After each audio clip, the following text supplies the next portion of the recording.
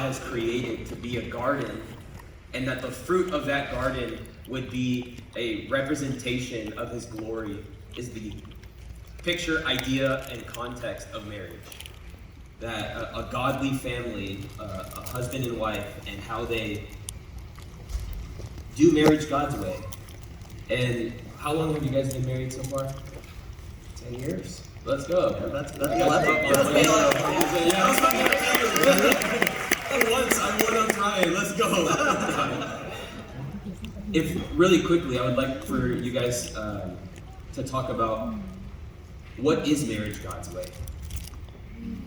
I would say this has been a learning process over the last almost 11 years, but I think it starts out as getting to know each other and just really loving, who they are. And then, at least for me, I've learned the last, I'd say 5 years or so, that it's actually not about me.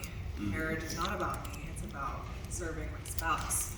And it's not about doing it because, I just want to check the box, or I want to have a tally of, I've done all these things. It's just for the joy, of how my spouse feels. And so I think that represents the same way of servitude that Jesus did for the people. And I'm not comparing myself to Jesus, but I'm just saying in marriage, it's so important that, we're equal and we're partners. But at the end of the day, if I only really think about myself, then I'm married to myself. I'm not married to my spouse. And so a godly marriage for me is first and foremost love, but second right under is service. Yeah, I think there's so many thoughts with it. We got married young. I proposed when she was 19 or 20, and I was 23 when I proposed. And we got married very quickly a year later. And Life hack, by the way, get married young. yeah, It really is. Yeah, just saying. It really is. who got married young, like early 20s. There we go. Well, people will tell you not to get married young. Yeah. But it's just been amazing. Yeah, and I'll just say, for us, even when we got married young, we had clear expectations. I heard when she was interviewing Angie and Ari that, they're very clear on what they want. And I was very clear when we started dating, too. I was like, I'm not here to mess around and date. I'm here to find a wife, And I was clear on, what I wanted to do, how we wanted to honor God. Where did you get that clarity from? Well, I grew up in the church. I didn't talk a lot about my testimony. I kind of talked about my adult life and maturing, but I grew up in the church. I grew up here in Las Vegas in Sin City, and born and raised. Yeah, buddy. So I went to a church called Shadow Hills for about 20 years, and many people, I just grew up wanting to follow God. And obviously I wasn't perfect, but I was like, dude, I'm going to do this the right way. I'm not going to mess around and do all these things that I could do. But, long story short, I was clear with her when we started dating what I wanted. And a lot of people don't even know this, but Mindy was my first, official real girlfriend, too. Yeah. And I could get girls, okay? I could have got girls. It's not like I was forced into this situation, okay? I just was a total package. She didn't even need to look. But, I was clear. And then we got pre-marriage counseling over there, and it was great. And one of the things we read was the 5 Love Languages. Great book for people, and it helped me understand, she wants love a different way than how I want it. Yeah. I just want physical love. And that's not her thing. Okay, how do we? I thought everybody thought like I thought, but no, that's not what marriage is. And eventually, I'm thankful we got married young because we got to grow and develop together. That's good. Not only in faith, but in business and everything. We were broke. Right. We didn't have any money when we got married. And I see a lot of young people today, or even they're not young anymore. It's crazy. They were broke, and they're like, I'm gonna wait till I'm married, and guess what? You're still broke. You're still broke. And it's like, guess what? Didn't work out. Yeah. And now, guess what? It's a little harder to get married at this point in life. I think it's because there's a misconception to feel that you need to arrive to a perfect place. You don't get fit, then go to the gym. No, you decide that you're going to commit to something, and then you stick to your word. Yeah, and I think that it's part of what I talked about earlier today of like stepping out in faith. You don't need all the resources and everything perfectly packaged today. Yet for some reason we think that that's the case in marriage. Trust me, we both were like works in progress. We both like to tell each other we had a lot of potential. Okay?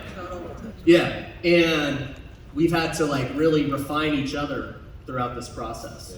Well, that's a beautiful thing too, is like, I think there's a stipulation of like, oh, well, if we get married young, we're going to grow apart, right? We're going to grow in certain ways, and I don't want to do that, or I don't want to change, or I don't want him to change, or whatever it is. But I really feel that it's such a beautiful thing to watch someone you love, like, get to the next level, right? And help them do that. And so there's not this, you're going to grow apart, you're going to grow together, you're going to uplift each other when one needs you, and when you need them to help you. There's so much beauty in just leveling up together. So as a business owner myself, the life of an entrepreneur is not an easy life, and you have several businesses and you have so many employees.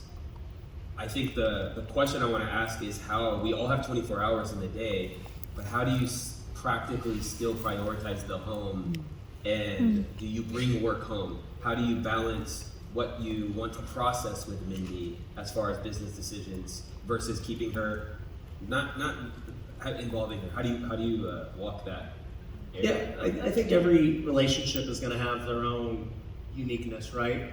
I'm fortunate that Mindy doesn't care to like know every little detail about every little thing. You saw my presentation earlier. I'm like, I don't know the details. I just do stuff, and she knows that too. And from track record, she just knows that when I make a decision or I'm excited about something, she's going to be excited with me. And I think with balancing it all, it just comes down to having priorities and having a standard. Earlier this morning when I talked about the morning and Jesus waking up early to spend time with the Father, it's like that's just a standard. All of us could choose to do it. We don't. There's no excuse. We just decide whether we're going to make it a priority or not. And so for me, it's like, okay, I'm gonna figure out how can I be successful in business, but also still spend time with my Creator, spend time with my family, be a good husband, be a good dad, stay in shape, and I have to just time block it out. And guess what? For me, that became, hey, 9 to 5, that's when I want to work. I don't want to work the weekends. I'm going to figure out how to make it happen within this parameter I've set for myself. And if I don't get all my work done, I need to level up as a business owner. I was inefficient. And if it means less money, it means less money. But I've kind of had that same attitude the last 10 years, whether I was broke or whether, we've had a lot. Yeah. The biblical model of marriage is that the man leads the home spiritually. But as someone who's also been married, bringing ideas home that I think are good, but then Amanda is like, no. How do you process disagreement? Hey, by the way, today's Omar's anniversary. Yeah. He's here. How did that decision go? No, it's good, man. It's gonna be home by 5. Hey, you know what? I told you this backstage, but you should take her out for a concert. It's on Maine's tonight at 5:30. Jordan Felice. Yeah, there's this concert, there's dinner. It'll be great. All right, I'll try to sell it. But there is this it's true though, that sometimes the spouse it's also the Holy Spirit's in our spouse as well. Yeah. And I just want to know how you practically process disagreement from something that maybe you feel strong about, but she's strong about, and how do you just, I'm not just saying this to say it's a Bible word, but submit. That's really good. Full submission is not this thing where you're like, okay, well, whatever you say goes, and that's it, and I'm not going to give any opinion or anything. But he talked about track record of one, I know your values, I know who you pray to, right? I know you are biblically sound, and so the submission part is him making a decision and me lifting that decision up with him, right? It's not just okay, well, my opinion doesn't matter. It's, no, I trust you. And even if I don't agree, and I will say that I don't agree, but I will add a but to it. Hey, if you think that this is right for our family, you have prayed about it, if you are rooted in the Bible and know that God is leading you and it's on your heart, I'm not questioning God. I'm not going to answer and be like, oh, well, I told Ryan not to do this, and I knew that God was like on his heart. I'm going to deny myself and say, hey, I'm supporting you. I am submitting to the mission together. Just because you are making this decision doesn't mean that my value or opinion goes out the window.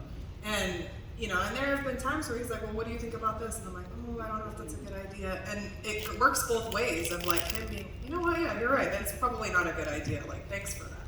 You know? And so it's not this like one over the other in a sense. It's just how we trust and love and value each other and where we know that we're rooted. So good.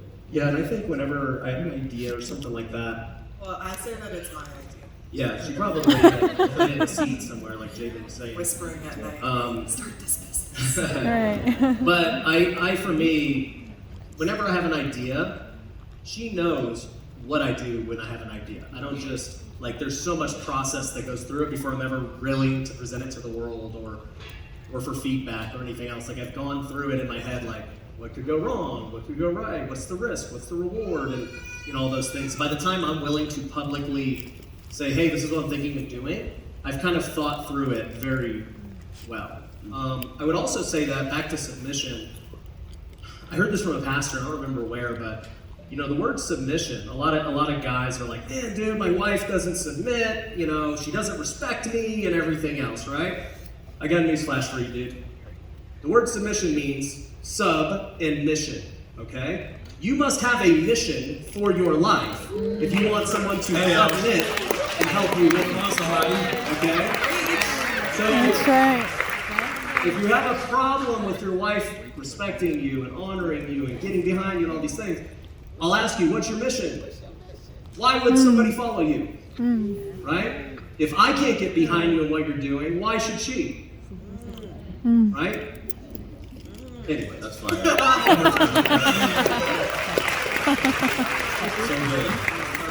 I've seen you guys parent. Thanks also for taking my family to Disneyland. we took them on the VIP too. Let's Yeah, we go, can do let's it. go. If you want to, dude, just get some rich friends and then. Just kidding. But I'm serious. No,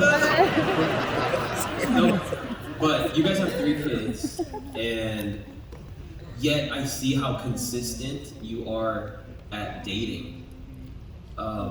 I feel like that's always been personally our challenge, because now we've got little ones, and I know you talked about priorities, but can you talk about a practical way, or like a few handles, like how are you able to really keep that date night consistent? I would call it, or we call it like our non-negotiables. So it's just a conversation that you have of like, hey, this is what I want our 5 to 9 p.m. to look like, right? Or our Friday nights to look like. I'm gonna commit, I want you to commit. And I mean, it takes work to actually do it, right? You have to be so intentional with the time that you choose. And so, you know, with kids, and you know this, like, you feel like you have no time. And we talk about it all the time. We're like, what do we do before kids? I mean, we just like sit around. I don't even know, you know, because we're like begging for 7 p.m. to come. And, but, you know, with dating, we both want to date. And I want to model that for my children too. I don't want my kids to not feel love and, you know, see that their parents don't love each other, or that their parents can't make time for each other, right? Because my kids will know that God is the priority of our house, and my husband is next, our marriage is the next priority, and then they will come after that. And if I don't model that through my actions, if I don't model that through date night or through reading my Bible, whatever it is, then they're not going to believe if I just tell them, oh yeah, date your spouse. Like, it's, you know, they have to actually see the model that I'm setting for them. Yeah, I think that's important, right? Like, I see a lot of parents who, they make their kids like number one, right? And they kind of fall in this false ideology of like, man, dude, little Jimmy, I gotta just get him to the top and like, I'm gonna devote all my time and resources. I grew up in sports. I saw it a lot with dads and their kids. Like, I know it, right? And the truth is, that's not biblical, right? The biblical definition of what your priorities are, first and foremost, God. Second most, our marriage. Then third most, our children, right? Yeah. And so I can't just be making my children all of a sudden the top because for whatever reason the world has told you, like, yeah, dude, your kids and this. It's like, no, dude, like, first God, then our marriage, then my kids. That's good. I love it. Like Pastor Jamin actually taught on like once like Matthew 6:33, seek first the kingdom, and then all these things will be added unto you. And I know we see it like a list. We see it like God, then. When really what you mean is core, because out of the core of God being the center, like Mindy is the one, you know, like because I also think that could be a misconception of people who over spiritualize their walk with the Lord at the expense of their marriage. Yeah. And it isn't first and then, it's actually core, and out of the overflow you get to share in that. Amen. By the way, shout out to Brian and Jessica. They have a lady who shows up at like 6 p.m. every Friday, rain or shine. And sometimes it's like, oh, she's here. Yeah. Sometimes they go grocery shopping because they didn't really make a dinner plan or something. So, but it's like, it's cool, like a freestanding date. And it's been so cool to see how you guys prioritize that. And then thank you for sharing it, because we get to see that there's no excuses, man. We all have 24 hours in the day. What are you guys most excited about in the next 10 years? You guys have been married for 10 years. What's the next 10 look like? Your little lovebirds. I mean, she'll tell you. If you would have told us all these things would be happening 5 years ago, we'd have been like, I didn't see that. Yeah. You know, I wasn't planning that. I wasn't. She wasn't. We weren't, like, none of it. I mean, 5 years ago, we were just having kids. But now we got 3. You know, we're doing this. We're doing so many things now. Like, so I hate to try and impose my will and not leave room for what God could do. Right? That's good. Well, I don't even know. Yeah, I mean, literally everything you said. I don't know how I can do that, but I mean, it's just funny when I try to plan things, you know, and I'm not talking about like, what am I doing tomorrow, or what am I doing even a year from now. Like, it's good to have goals, right? It's good to have a mission. But if I'm like, okay, well, 5 years, I want to make sure we're here, or like 10 years, I want to make sure we're here, God just really checks me so quickly and so easy. I'm like, that's your will, swerve, you know, and he'll just like throw a wrench in a good way of, no, that's not what I have for you. And so, you know, it is important to plan and have goals, but at the end of the day, like, both of our mission is to just be obedient to whatever that is, however uncomfortable or comfortable it is. Like, I do not, well, now I like speaking on stage, but I did it before. But it was funny because he would plant the seed, like, even years and years ago, like, you need to do this, like, you need to speak. And I'm like, no, I like being behind the camera, I like being behind the keys, like, don't put me out there. And it's so crazy, like, God will just change you from the inside out, of like, it will change your desires and everything. But if you don't leave room for that, and you're just in your own will and your own way, then God cannot work because you're wanting Him. So we're gonna just do whatever. Amazing. Let's give it up for Ryan Wow. and Mindy Pineda. Yeah. That was great.